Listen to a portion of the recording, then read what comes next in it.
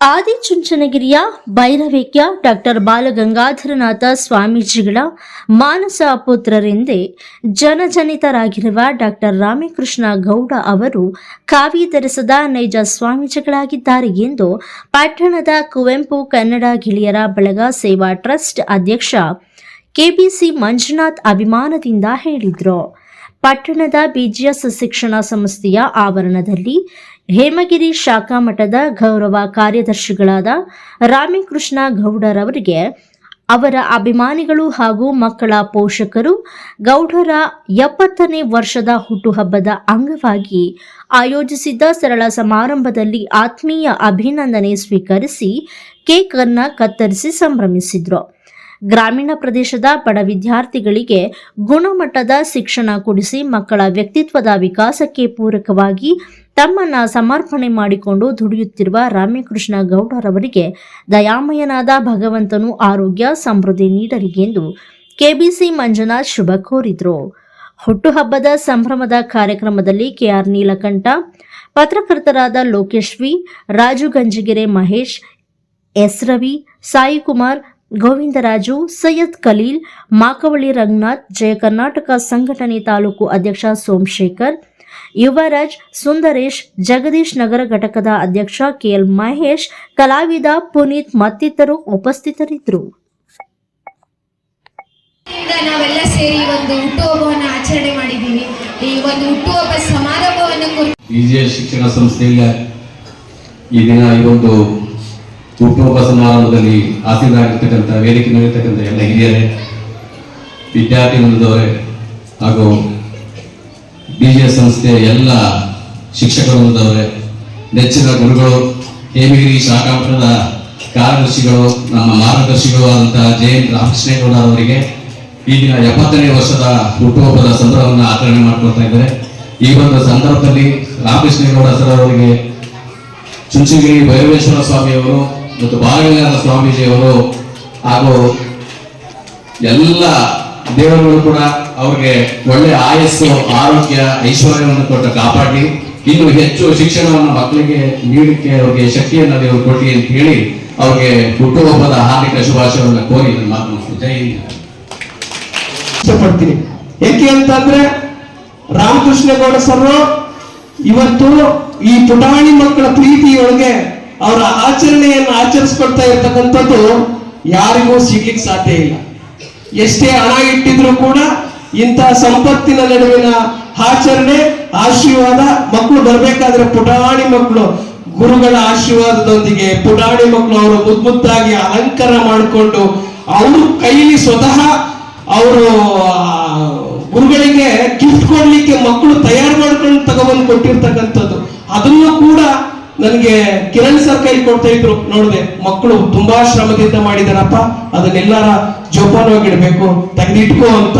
ಆದ್ರೆ ಅವ್ರಿಗೆ ಎಷ್ಟು ಆ ಮಕ್ಕಳ ಮೇಲೆ ಕಾಳಜಿ ಇದೆ, ಇಂಥ ಪ್ರೀತಿ ನಮ್ಮ ಇಂಥ ರಾಮಕೃಷ್ಣೇಗೌಡ ಸರ್ ಇನ್ನೂ ನೂರಾರು ಕಾಲ ನಮ್ಮ ಈ ತರದ ಆಚರಣೆಯ ನಡುವೆ ಇರ್ಲಿ, ಇನ್ನೂ ಕೂಡ ಇಂಥ ನೂರಾರು ಜನರೇಷನ್ಗೆ ಮಾರ್ಗದರ್ಶಕರಾಗಿ ಇರ್ಲಿ ಅಂತ ಈ ಶುಭ ದಿನವನ್ನ ಶುಭ ಹಾರೈಸ್ತಾ ನನ್ನ ಮಾತನ್ನ ವಿರಾಮ ಕೊಡ್ತೀನಿ. ಜೈ ಜೈ ಗುರುದೇವ್.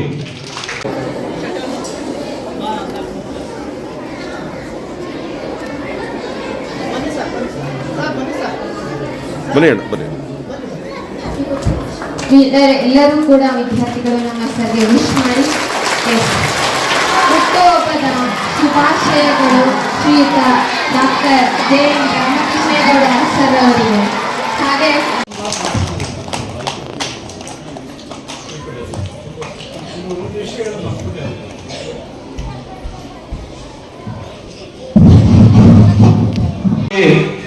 ನಮ್ಮ ಕುವೆಂಪು ಕನ್ನಡ ಗೆಳೆಯರ ಬಳಗ ಸೇವಾ ಟ್ರಸ್ಟ್ ಅಧ್ಯಕ್ಷರಾದ ಮಂಜುನಾಥ್ ಅವರು, ಹಾಗೆ ನಮ್ಮ ಎಲ್ಲ ನೆಚ್ಚಿನ ಪತ್ರಕರ್ತ ಮಿತ್ರರು ಎಲ್ಲ ಕೂಡ ಒಳಗೂಡಿ ಇವತ್ತು ಪೂಜ್ಯರಾದ ಡಾಕ್ಟರ್ ರಾಮಕೃಷ್ಣೇಗೌಡರನ್ನ ನಾವು ಇವತ್ತು ಅವರ ಹುಟ್ಟುಹಬ್ಬದ ಸಂಭ್ರಮದಲ್ಲಿ ನಾವು ಕೂಡ ಭಾಗಿಯಾಗಿ ಒಂದು ಸಾರ್ಥಕತೆಯನ್ನು ಕಾಣಬೇಕು ಅಂತ ಇಲ್ಲಿ ಸೇರಿದ್ದೇವೆ.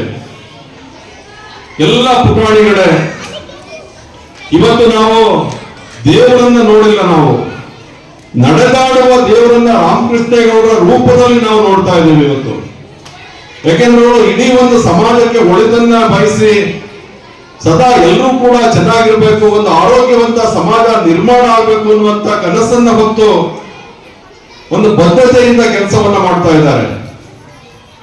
ಅಂತ ಒಂದು ದಿವ್ಯ ಚೇತನ ನಮ್ಮ ರಾಮಕೃಷ್ಣೇಗೌಡರು 100 ಕಾಲ ಸಂತೋಷದಿಂದ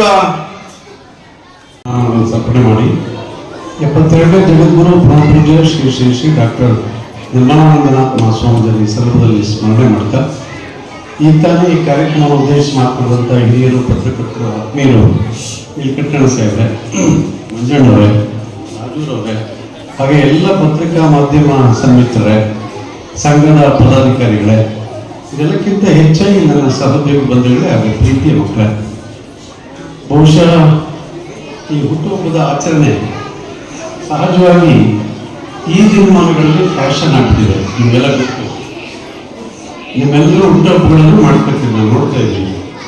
ಆದರೆ ನಾವು ಇತ್ತೀಚಿನ ದಿನಗಳಲ್ಲಿ ಹುಟ್ಟುಹಬ್ಬ ಮಾಡ್ತಿರೋದು ನೀವೆಲ್ಲ ಮಾಡಿದ್ಮೇಲೆ.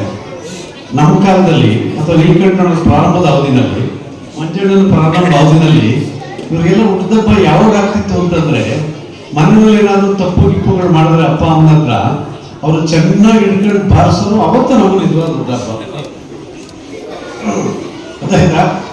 ನಮ್ಮ ಕಾಲದಲ್ಲಿ ಹುಟ್ಟುಹಬ್ಬ ಹೆಂಗೆ ಆಗ್ತಿತ್ತು ಅಂತ ಹೇಳಿದ್ರೆ, ನಾವು ತಪ್ಪು ಮಾಡಿದಾಗ ಅಪ್ಪನ ಅಮ್ಮನ ಹಿಡ್ಕೊಂಡು ಮೂಲೆಗೆ ಚೆನ್ನಾಗಿ ಬಾರಿಸ್ತಿದ್ರಲ್ಲ, ಅದನ್ನ ನಾವು ಹುಟ್ಟುಹಬ್ಬ ಅಂತ ಕರಿತಾ ಇದ್ದೀವಿ. ಬಹುಶಃ ಬಹಳ ಖುಷಿ ಆಗ್ತದೆ. ಎಲ್ಲ ಆತ್ಮೀಯರು ಬಹಳ ಪ್ರೀತಿಯಿಂದ ಮಾತಾಡಿದ್ದಾರೆ.